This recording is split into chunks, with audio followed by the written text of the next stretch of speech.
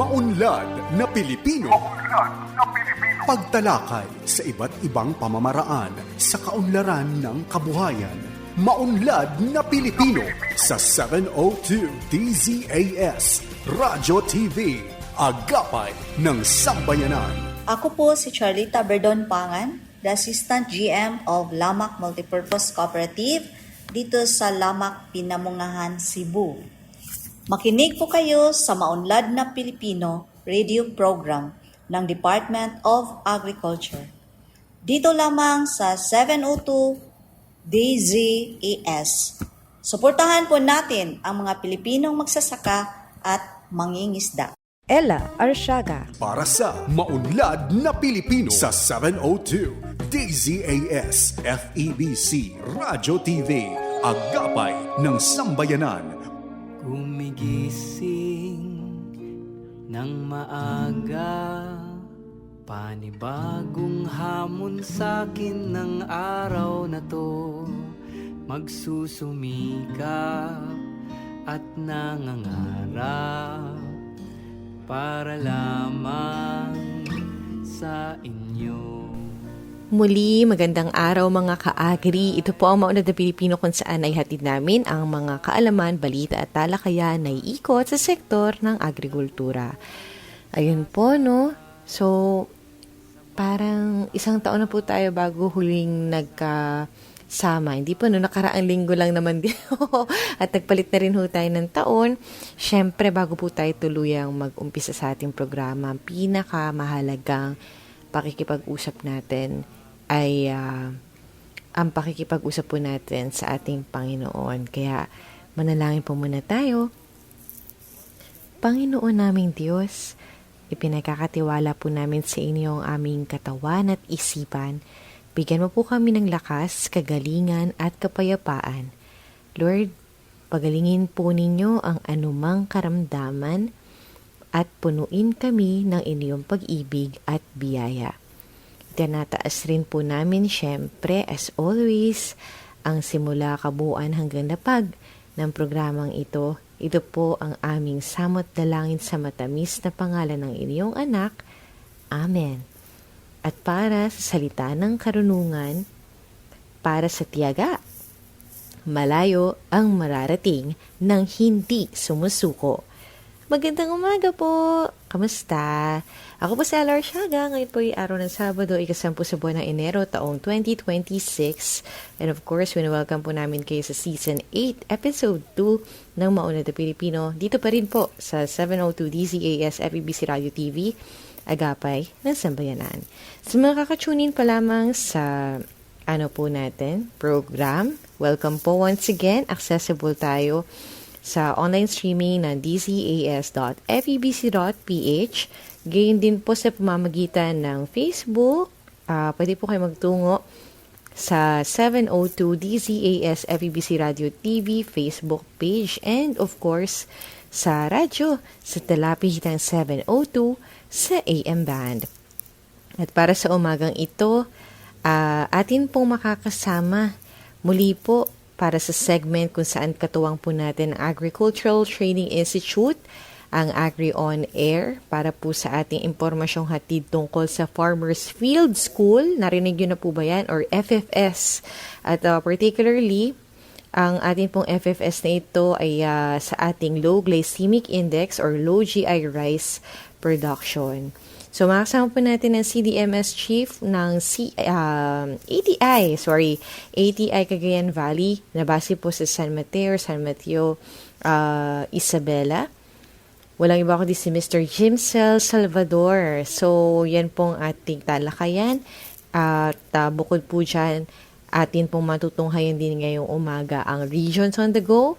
Yan po ang ating segment kung saan na ihatid po natin ang mga boses o tinig mismo ng ating mga tinatawag na farmcasters mula sa ating mga assigned regions. So, every week, meron po tayong mga submissions at ipapabatid natin sa inyo ang latest mula po sa ating mga naturang rehiyon. And of course, we have Unlad Komunidad. Ito naman po ay segment kung saan kasama natin ang DA Philippine Rural Development Project. So, dito nga po ay Matutunghayan din po natin ang kanilang latest. Ano po ba yung ating mga proyekto, mga programa, mga gawain na kaugnay po once again ng PRDP.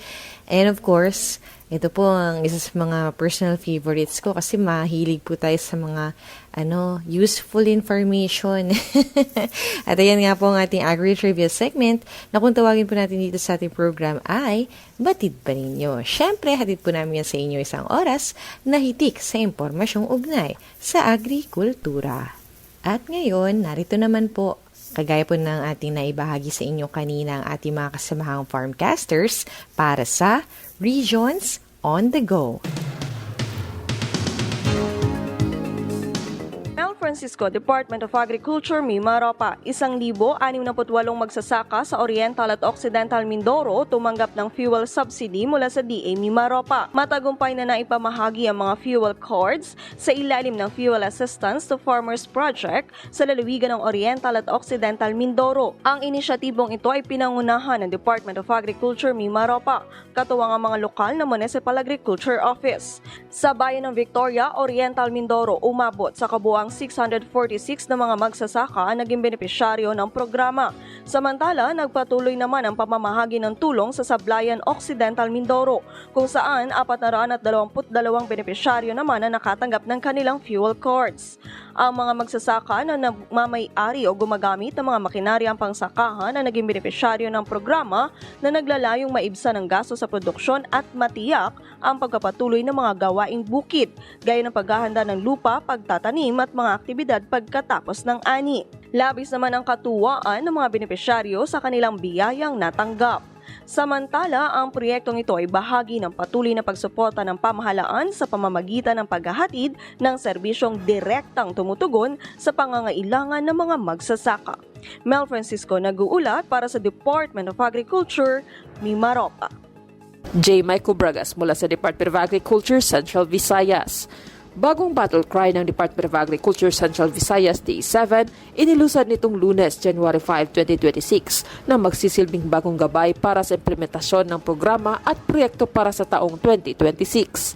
Ang bagong battle cry na One Mission, One Direction, One Team and One DA7 ay inilusad nitong unang araw ng trabaho ng taon kung saan si DA7 Regional Executive Director Angel C. Enriquez ang namuno, bumikas at pinaulit sa mga kawani ng DA7 upang ito'y matandaan o ma-memorize. Ito ay panghalili sa nakaraang taon na battle cry na teamwork makes the dream works.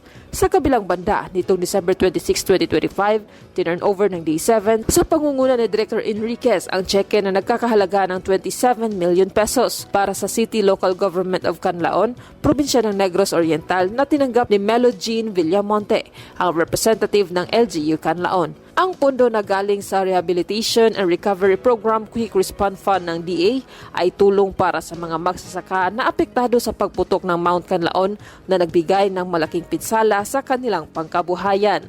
Sa pagputok ng bulkan, apektado ang produksyon ng mga gulay, hayupan at manukan. Noong December 23, 2025, ang LGU Clarin, probinsya ng Bohol, ay tumanggap din ng 10 million pesos para sa proyektong Integrated National Swine Production Initiative for Recovery and Expansion or INSPIRE program na tinanggap ang halaga ng cheque ni Clarin Mayor Eugeniano Ibarra.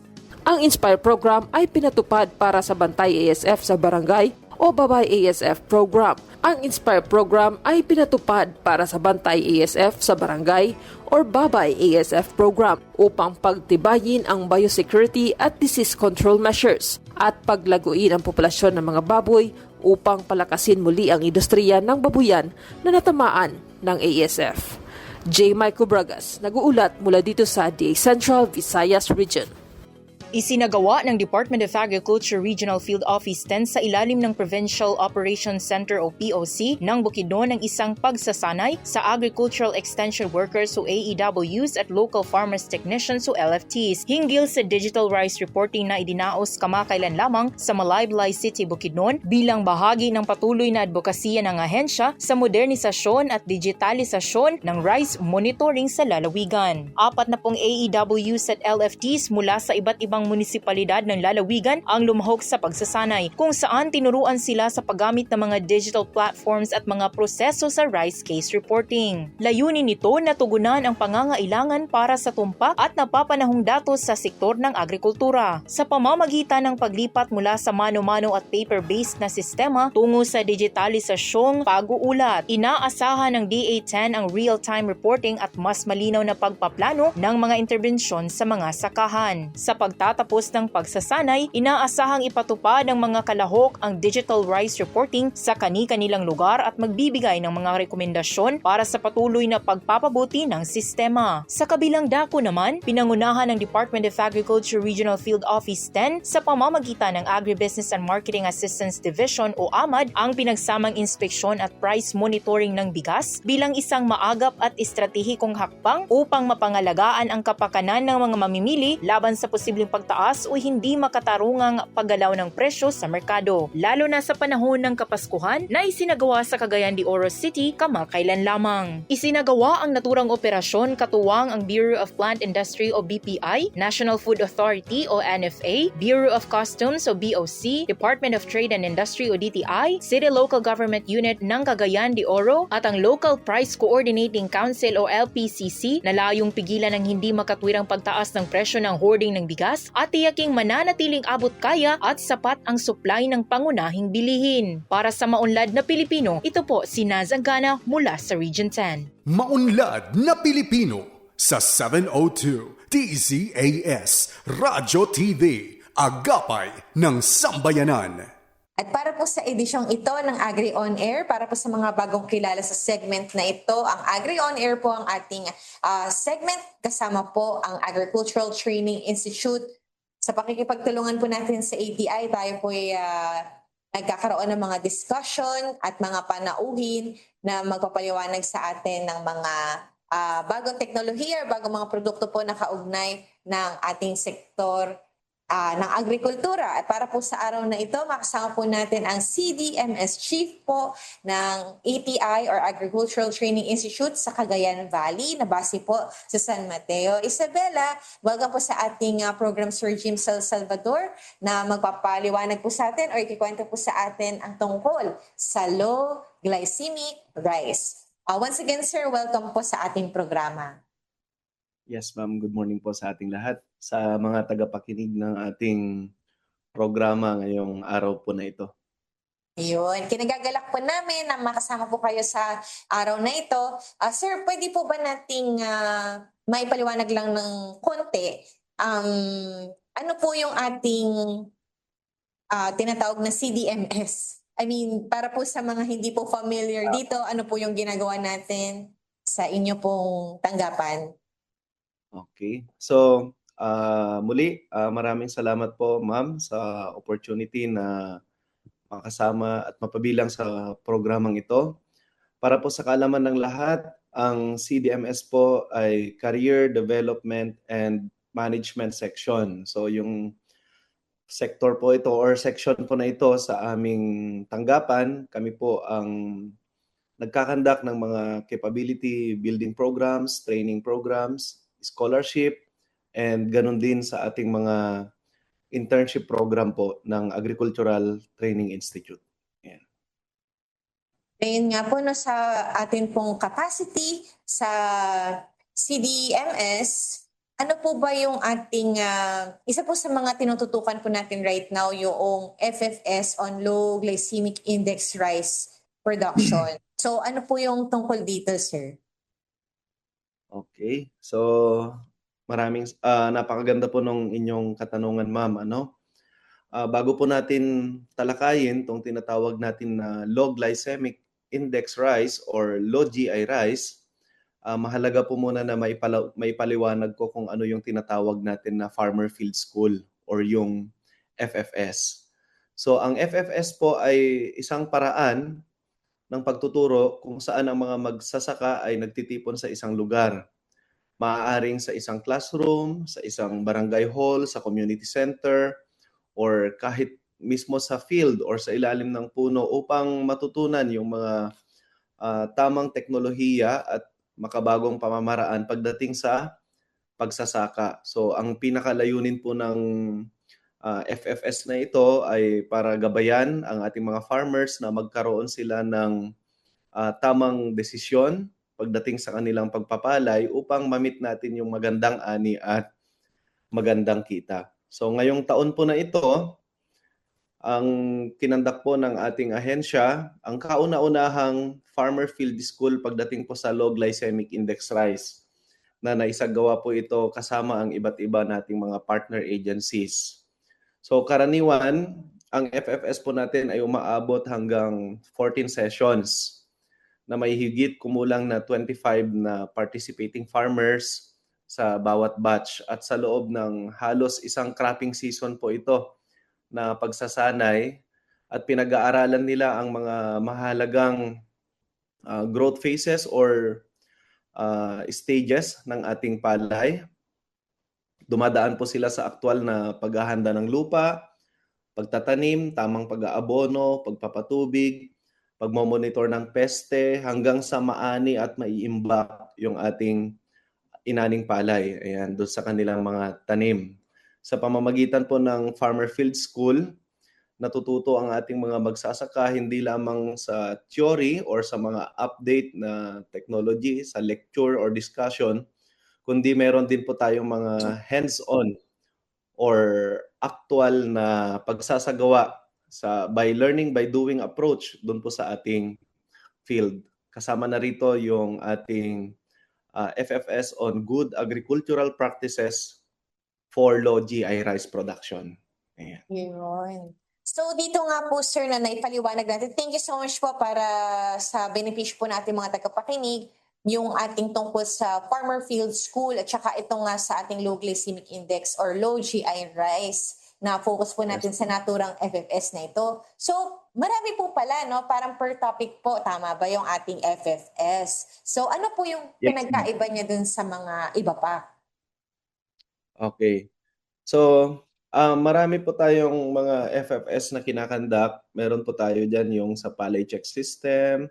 Meron din po tayong sa FFS sa iba't ibang commodity gaya ng high value crops, sa corn. Ngayon naman po ang inaano natin is yung FFS po natin sa low glycemic index rice na ang pinaka-tuon or focus po nito ay yung approach and practices pagdating po sa good agricultural practices or yung tinatawag natin na GAP. Ayan, kasi ang layunin po ng FFS na to, sa karaniwang FFS, ay masiguro natin sa Department of Agriculture na ligtas ang bigas na ating kakainin para sa ating mga consumers. Kasi pag sinabi nating GAP, ibig sabihin po nito ay limitado or to none ang paggamit ng mga pestisidyo, mas safe po para sa ating mga consumer. Gumamit po tayo ng mga iba't ibang organic fertilizer na pataba upang mas mapanatili ang kalusugan ng ating lupa at saka yung mga pinopromote po natin sa agriculture na mga Department of Agriculture na soil ameliorant kasi isa po sa mga tinututukan po natin ngayon is yung soil health ng ating kalupaan pagdating po sa produksyon ng palay. Ayan. Ayun nga po, no? So dito sa ating specific na FFS on low glycemic index rice production, sir, ano po ba yung mga topics na nakapaloob at tinututukan dito? Okay. So, yung ating FFS on GAP sa low GI rice, marami po tayong mga marami po tayong mga tinalakay na topics dito po sa ating training na to. Kasama po natin ang IRI, International Rice Research Institute, the PhilRice, Philippine Rice Research Institute, the DARFO2, and of course, tayo po sa ATI na mga experts na nagturo sa training na ito. Ito po yung mga ilan sa mga topic na atin pong pinagtuunan ng pansin. Meron po tayong discussion about sa farm location, sa environment, sa mga facilities na kailangan para ma-meet natin yung requirement pagdating po sa certification ng good agricultural practices. tamang pagpili ng uri at binhi pagdating sa variety and seed selection, sa paghahanda ng lupa or sa land preparation, proper crop establishment, tapos tinuro din po natin yung mga tama at wastong paggamit ng pataba through the EAT or EAT, the right element, amount, and timing, no? Tinuro din natin sa ating mga farmers yung tamang pagkuha ng lupa para ipa-soil analysis para mas maganda po yung resulta. Meron po tayong ginawang soil analysis po sa field.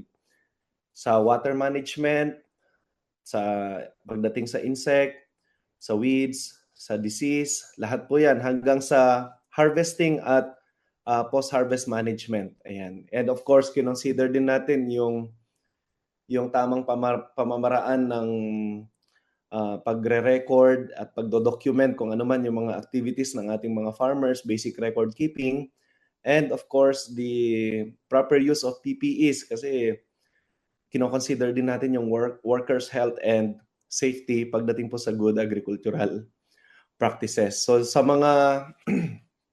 mga topic po na ito, natuto po ang ating mga farmers hindi lamang sa pagdating sa produksyon ng palay, kundi pati na rin po sa ligtas at sustainable na pamamaraan pagdating po sa pagsasaka. Ayun. At ang dami po, no? Kasi isa po itong buong program talaga. So sa benefit po natin mga listeners, yung binanggit po ni Sir Jimsel ay nasa 16 po na topics. So yun nga po, Yes, no? po.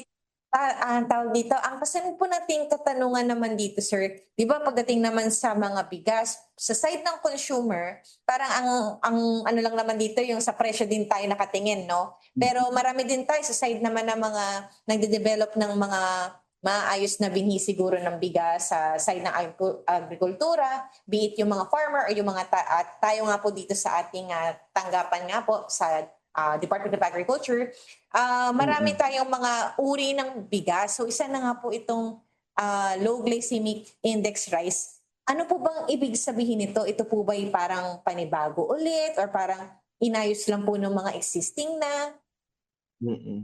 Okay. Napakagandang tanong po yan, ma'am.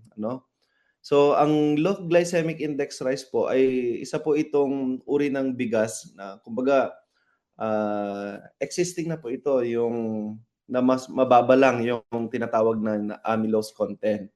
So itong bigas na ito ay hindi agad na nagpapataas ng ating blood sugar pagkatapos kainin. So kumbaga mas mabagal itong tunawin ng ating katawan, kaya mas stable ang energy na naibibigay nito at mas mainam po pagdating sa ating kalusugan.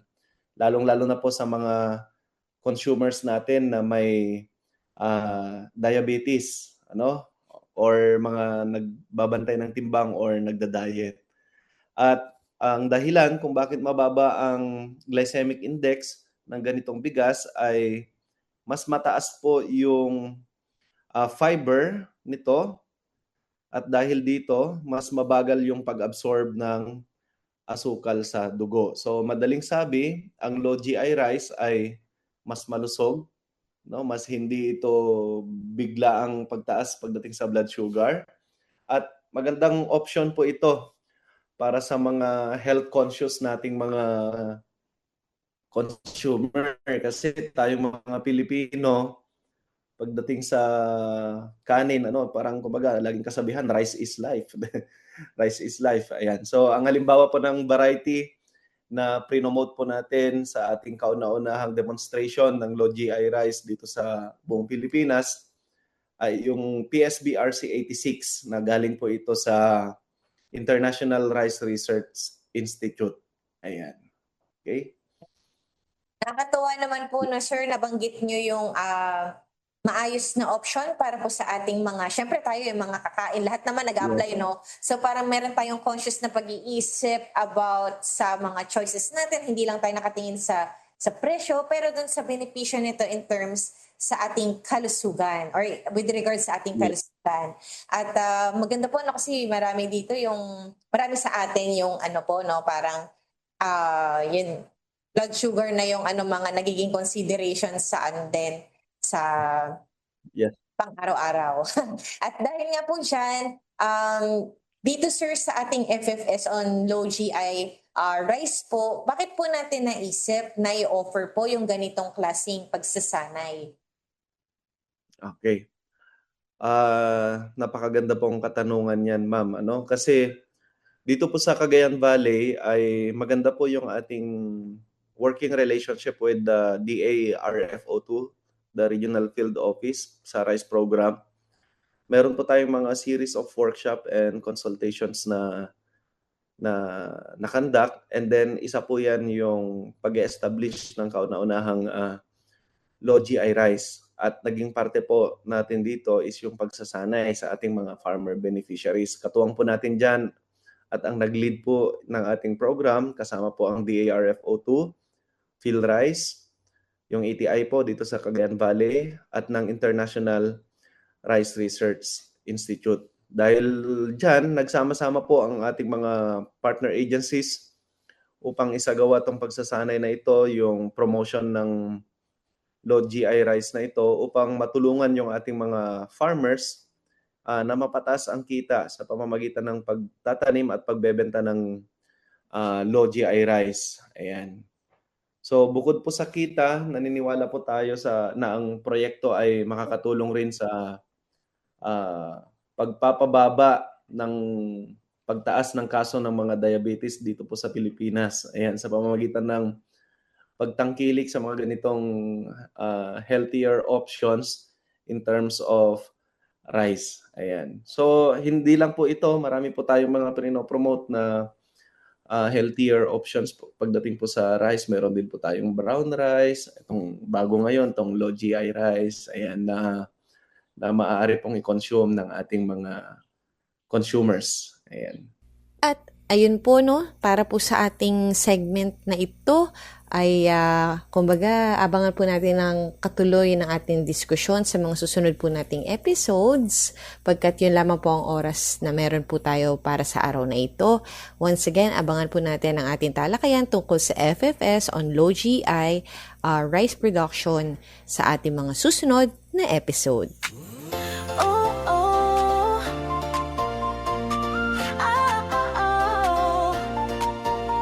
Hindi madali ang landas ng organiko, pero sa dulo nito tagumpay ang nakatago. Buhay ng magsasaka, konsumer ay pinapahalagahan. Para sa kinabukasan, huwag tayong ihinto sa OA.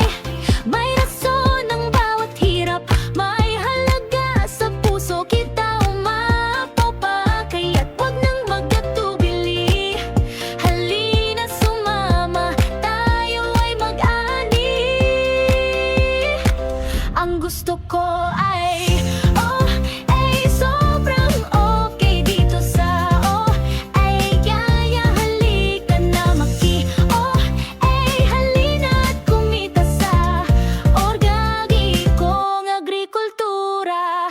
Ikaw ay bahagi ng adhikaing totoo. Para sa sari buhay, ikaw ay bayaniyo. Hawak kamay, magsimula tayo ngayon. Sa lupa may pera, may pagmamahal at misyon. Ang panawag ng panahon, bumalik sa natural. Sa OA ang solusyon. Sa OA may rason ang bawat hirap, may halaga sa puso. Kita umapaw pa, kaya't huwag nang magkatubili. Halina sumama, tayo ay mag-ani. Ang gusto ko ay sobrang okay dito sa kaya. Halika na halina at kumita sa organikong agrikultura. Para sa bata, para sa lolo at lola, sa mundong protektado tayo ang simula. Ikaw ay kasama rito sa organikong agrikultura. May tunay na kasaganahan. Ang gusto ko ay sobrang okay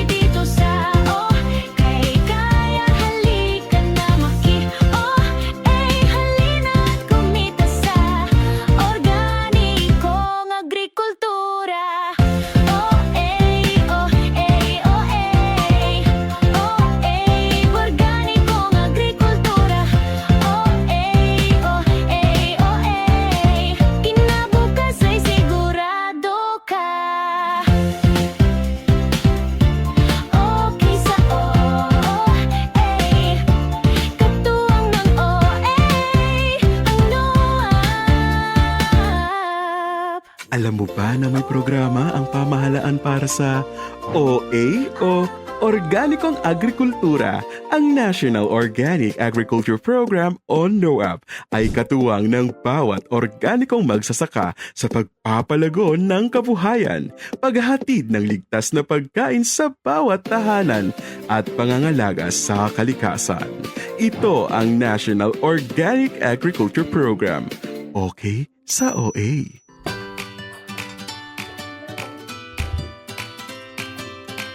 Kain na! At syempre, hindi kumpleto kapag walang masustansyang pagkain ang nakahain. Sa almusal, Tanghalian, hapunan, sa opisina, mapakarenderya man o restaurant, siguraduhin ang pagkain ay certified organic.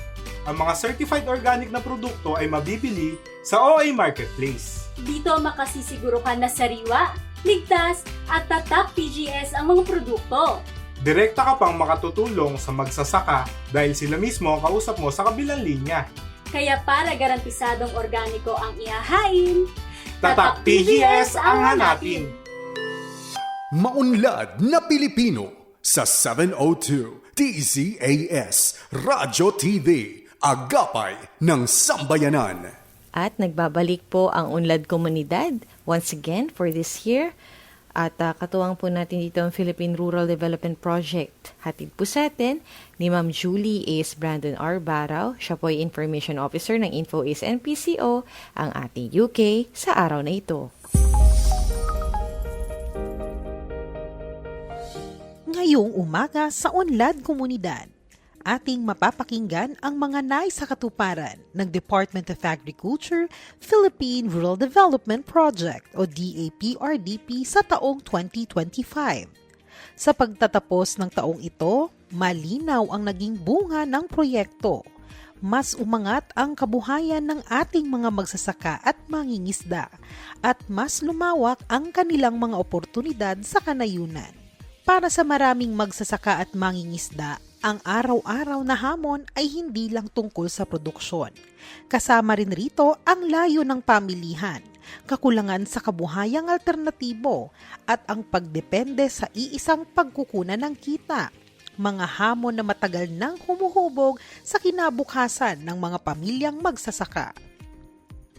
Sa paglipas ng mga taon, kasama ng mga lokal na pamahalaan at komunidad, ang DAP-RDP ay patuloy na kumikilos upang tugunan ang mga hamon na to. At ang implementasyon ng original law noong 2023, ipinapakita ng pinakabagong resulta ng Endline Study batay sa datos noong December 8, 2025 na isinagawa ng Southeast Asian Regional Center for Graduate Study and Research in Agriculture kung papaano binago ng tuloy-tuloy na pamumuhunan sa infrastruktura, enterprise development at market connectivity sa kabuhayan ng mga benepisyaryo ng proyekto. Mula 2014 hanggang 2025, ang mga pamilyang benepisyaryo ng PRDP ay nagtala ng 66.84% pagtaas ng taunang kita, mahigit doble sa target na 30% ng proyekto. Ipinapakita ng mga bilang na ito ang mas pinaigting na produksyon ng magsasaka at mangingisda, kung saan ang on-farm income ay tumaas ng 47%, habang ang non-farm income ay lumobo sa 102%. Malaki ang naging papel ng farm-to-market road sa pagbabagong ito. Pinadali ang pagdadala ng produkto, pinalapit ang mga magsasaka sa pamilihan, at nagbukas ng mas maraming pagkakakitaan sa komunidad. Sa larangan naman ng enterprise development, mas lalo pang tumatag ang kita ng mga organisadong magsasaka at mangingisda. Ang mga benepisyaryo na natapos na ang enterprise subprojects ay nagtala ng 69.6% na pagtaas sa taunang kita. Bunga ng mas maayos na produksyon, makabagong pasilidad, at mas matibay na ugnayan sa merkado. Kapansin-pansin din ang malaking papel ng kababaihan na bumuo ng halos kalahati ng project groups. Ang kanilang partisipasyon ay nagdulot ng mas matatag na kabuhayan ng pamilya. mas patas na hatian ng kita at mas aktibong papel sa kababaihan sa agri-based enterprises. Hindi lamang kita ang tumaas. Ang halaga ng taunang produktong na ipagbibili ng mga benepisyaryo ay tumaas ng 121.6%. Patunay na mas maayos na produksyon, mas magandang ani, mas modernong pasilidad at mas direktang koneksyon sa mga mamimili. Sa pagtatapos ng additional financing to 1.33 milyong magsasaka at mangingisda ang naabot ng PRDP, lampas sa target na 760,000 na mga benepisyaryo. Mahigit 522,000 dito ay kababaihan. Ang mga resultang ito ay sinuportahan ng 580 rural infrastructure sub-projects at 727 enterprise sub-projects, kabilang ang mahigit na 2,436 na kilometro ng farm-to-market roads, mga tulay at communal irrigation systems na nagsilbi sa higit na 2,800 na ektarya, mga potable water systems na nakinabang ang halos 27,000 na kabahayan. Sa pagpasok ng PRDP sa scale-up phase, patuloy ang pagpapatibay sa mga naunang tagumpay. Sa ilalim ng PRDP scale-up, 12 infrastructure sub-projects na ang natapos sa Mindanao at North Luzon na may kabuuhang puhunan na 333.15 million pesos, kabilang ang 5 level 2 potable water system sa Isulan, Sultan Kudarat at Leyte na nagsilbi sa 3,175 na kabahayan. 3 farm-to-market road projects sa South Cotabato at Cotabato Province na nakinabang ang mahigit na 15,500 katao. 4 na value chain facilities sa Sultan Kudarat, Tawi-Tawi at Ilocos Norte na sumusuporta sa mahigit na 9,300 na individual. Ayon kay Angelita Di Martir, OIC National Deputy Project Director ng PRDP, pinalalawak ng proyekto ang oportunidad ng mga magsasaka at mangingisda sa pamamagitan ng mas maayos na infrastruktura, mas matatag na enterprises at mas bukas na merkado. Aniya, ang mga pamumuhunang ito ay tumutulong sa pagkakaiba-iba ng pinagkukunan ng kita, pagtugon sa pangangailangan ng merkado at pagpapatibay ng kakayahan ng mga pamilya sa kanayunan. Para sa iba pang balita tungkol sa panibagong DA-PRDP Scale-Up, patuloy na makinig tuwing Sabado ng umaga dito sa Unlad Komunidad, ang programa sa radyo ng Department of Agriculture, Philippine Rural Development Project. Enabling communities, expanding opportunities. Yan, natunghayan po natin ang 2025 PRDP accomplishments. Thank you so much, Ma'am Julie. At abangan pa ang mga inihandang bahagi ng DA-PRDP tutok lang sa Unlad Komunidad. Dito pa rin sa Maunlad na Pilipino 702 DZAS. At hatid po sa atin ni Binibining Ira Cruz ang ating Agri-Trivia segment.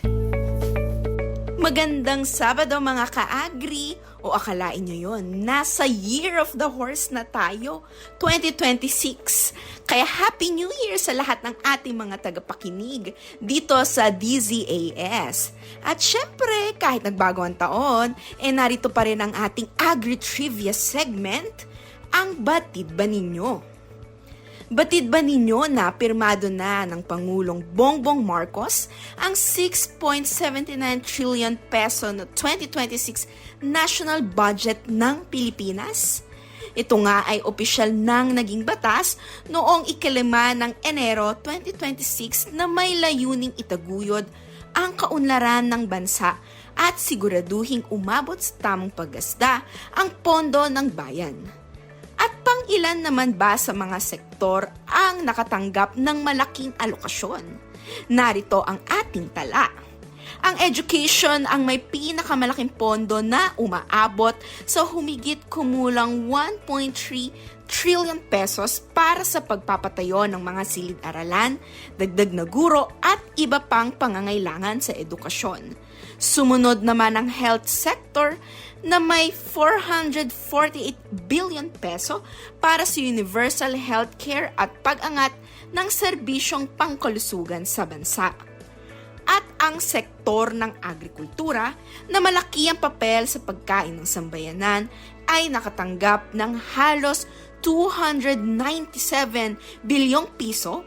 Isa ito sa mga pinakamalaking alokasyon sa 2026 budget upang suportahan ang mga magsasaka, mangingisda at modernisasyon ng produksyon at farm-to-market routes.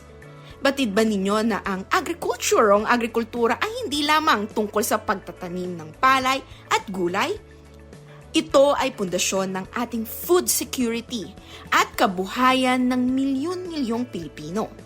Sa bagong budget na ito, inaasahang mas madadagdagan ang tulong para sa mga magsasaka at mangingisda tulad ng makabagong kagamitan, irigasyon at suporta sa paggawa at pagproseso ng mga produkto. Siyempre kasama na riyan ang pagpapalawak ng benteng bigas meron na kung saan nga ay inianunsyo na ni Agriculture Secretary Francisco Kiko Chu Laurel Jr. ang pagpapalawig sa 20 peso per kilo rice program ng gobyerno na nakatakdang simulang ilunsad ito sa buong lalawigan ng Pangasinan sa Enero. Ang inisyatiba ay bahagi ng plano ng Marcos administration na maabot ang 15 milyong pamilya at iyan po ang ating Agri-Trivia segment, ang Batid Ba Ninyo? Ito po si Ira Cruz. And of course, once again, as we begin with praise para po sa ating programa, thank you so much po sa lahat. At kami po ay nagkaroon ng oportunidad na kayo po ay aming mapaglingkuran sa pamamagitan ng mga ginagawa po naming pangangalap ng impormasyon at pag-put up together po ng ating program which is MNP. Once again, ang Mauna na Pilipino ay programang pangradyo na hatid po sa inyo ng Department of Agriculture, Agriculture and Fisheries Information Division. At para sa pagkaing kaisipan, mula sa aklat ni Nehemias, unang kabanata, talata 4. Nang marinig ko ito, naupo ako at napaiyak. Ilang araw akong nagdadalamhati at nag-ayuno. Nanalangin ako ng ganito sa Diyos ng kalangitan. Mula po sa Department of Agriculture, inyo pong napakinggan ang edisyong ito ng Mauna na Pilipino dito sa 702 DZAS FEBC Radio TV, agapay ng sambayanan na may himpilan sa Ortigas Center, Pasig City at kasapi sa KBP o ang kapisanan ng mga broadcaster ng Pilipinas. At once again po, nagpapasalamat kami sa aming DZAS family na katuwang sa episode na ito, sa lahat po na episodes na iyahain pa po namin sa inyo for this year. And of course, sa inyo pong mga tagapakinig, thank you so much for joining us this morning. At as always po, lahat po kayo na bawat isa po sa inyo, panalangin po namin lagi kayong nasa maayos sa kalagayan, sa kaluguran ng ating Panginoon. And of course, with that, magbabalik po ulit kami dito sa MNP next Saturday. Samahan niyo po kami ulit So, ang oras po natin, sa ganap na ika-5 hanggang 6 ng umaga. And of course, sa mga katuwang po, mga kasama, mga boss po namin, thank you so much po for this opportunity to having served you po, aming mga dear listeners. Kasama po namin, of course, dito sa MNP, si Ma'am Ira Cruz. Once again po, hanggang sa muli, magtanim ng pangarap, mag-ani ng tagumpay para sa masaganang bagong Pilipinas. Ito po si LR Siaga para sa Mauna na Pilipino. Enjoy the rest of the weekend! Maunlad na Pilipino sa 702 DZAS Radyo TV, agapay ng sambayanan.